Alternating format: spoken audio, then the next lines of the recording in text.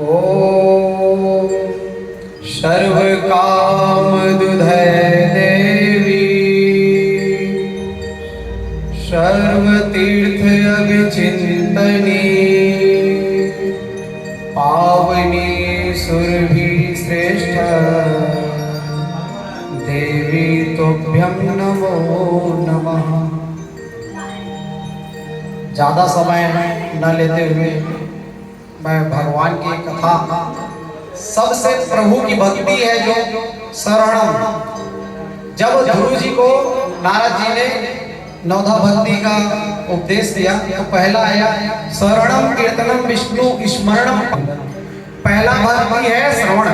जब हमारे हृदय में प्रीति नहीं आ सकती, हम लोग अब तक गौ माता को केवल पशु समझते हैं, पर वो पशु नहीं है। गौ माता कृष्ण की प्राण प्यारी है।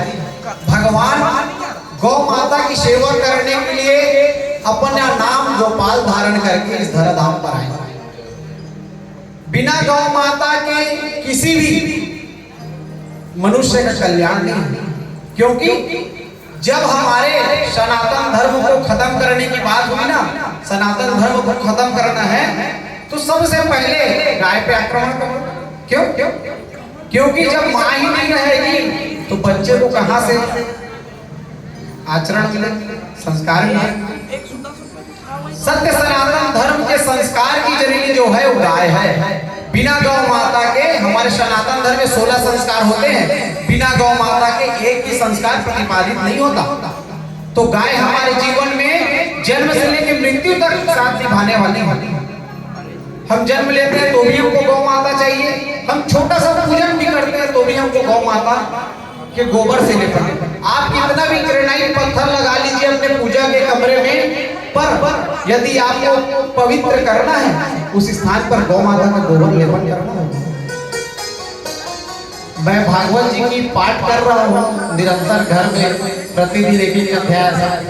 तो आज मैं विदुर जी के संवाद में पहुंच गया और विदुरानी जी का देखा मैं, तो विदुर जी उनके लिए रतनजड़ी सिंहासन लेकर के आए कृष्ण जी के लिए, मेरे घर में आए हैं करके।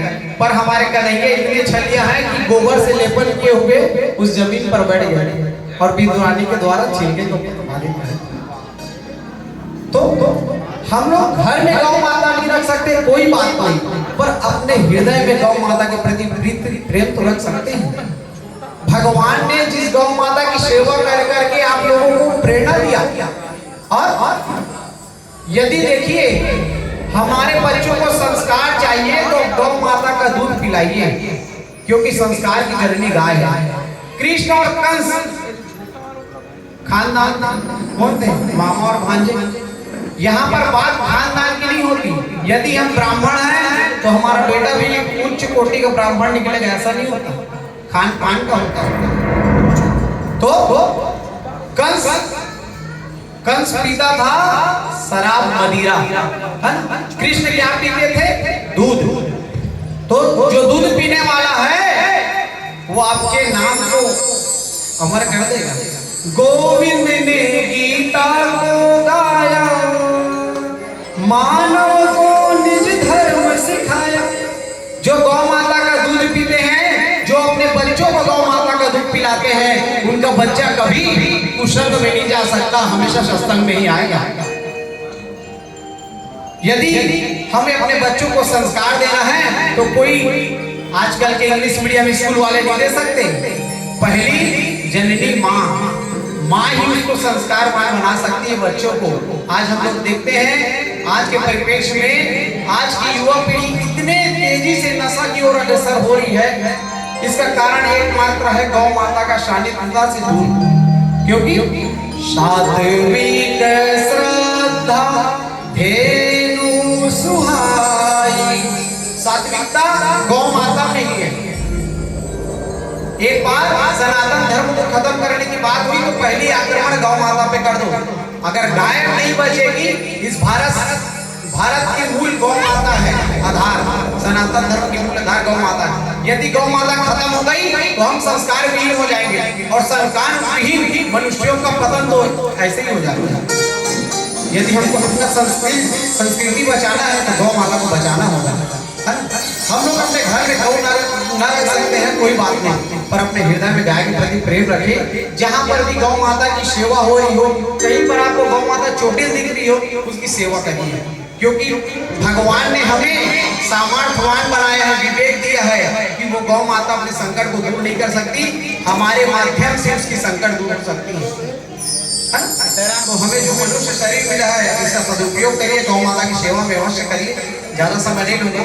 और हमारे आदरणीय जी, इनसे मैं भले हालांकि मेरे को नहीं पहचान पा रहे हैं, पर जब ट्रक में गौ माता को भर करके लाकासार से ले जाने की बात हो रही थी, ट्रक में भर करके ले जा रहे थे, तो यही महोदय ने पकड़ करके लाकासार से हमको सूचना की थी, ये तस्करों को पकड़ लिया गया। आपकी और मेरी संवाद सकरी थाना में हुई थी। बोले गौ माता की, महाराज जी के श्री चरणों में कोटि कोटि वंदन करता हूँ कि आप जैसे व्यासी लोग गौ माता के लिए सोचते हैं, गौ माता के लिए करते हैं। ये जो जल का पात्र है, लोग अपने घर में, घर के बाहर कोई जल का पात्र नहीं रखना चाहता है। पहले तो हमारे यहाँ सनातन धर्म में दुश्मन को भी एक गिलास पानी पिलाने का अधिकार था और है, पर कोई पिलाना नहीं चाहता। आज क्यों नहीं रखना चाहते महाराज जी कि गाय आएगी पानी तो पिएगी, पर गोबर कर देगी, गंदा कर देगी, हमारा टाइल्स खराब हो जाएगा। अरे मूर्खों, टाइल्स खराब नहीं होगा, तुम्हारे घर में गोमय वस्ते लक्ष्मी, गौ माता का गोबर, गौ माता गोबर जहाँ पड़ता है वहां से देवता सीता कहाँ से प्रकट हुई? भूमि से, खेत से। तो जहाँ पर गौ माता का गोबर गोमूत्र पड़ता है वहां देवता निवास करते हैं। तो ऐसी गौ माता का हमें, जो भगवान की भी भगवान है, गावा प्रतिष्ठा भूताना, वेद शास्त्र पुराण, ऐसा कोई वेद शास्त्र पुराण नहीं है जिसमें गौ माता का उल्लेख ना हो। हम श्रीमद् भागवत का तरह सुन रहे हैं, गोकर्ण जी की कथा सुने हैं आप लोग? जब श्रीमद् भागवत की विस्तार तब हुई जब गौ माता पे आक्रमण होने लगा, तो राजा परीक्षित ने कहा, अरे कौन है कलयुग, मेरी गौ माता को कष्ट दे रहे। जो सच्चा सनातनी होगा अपने गौ माता को कष्ट में कभी नहीं देखेगा, कभी नहीं सोचेगा कि पुलिस के पास जाऊं। जब हमारी गौ माता पे कोई आक्रमण करेगा, पहला पुरुषार्थ तो ये होगा कि हम लोग सर से धड़ से अलग कर देंगे उसका सही का। बोले गौ माता की श्री चरण जय गौ माता।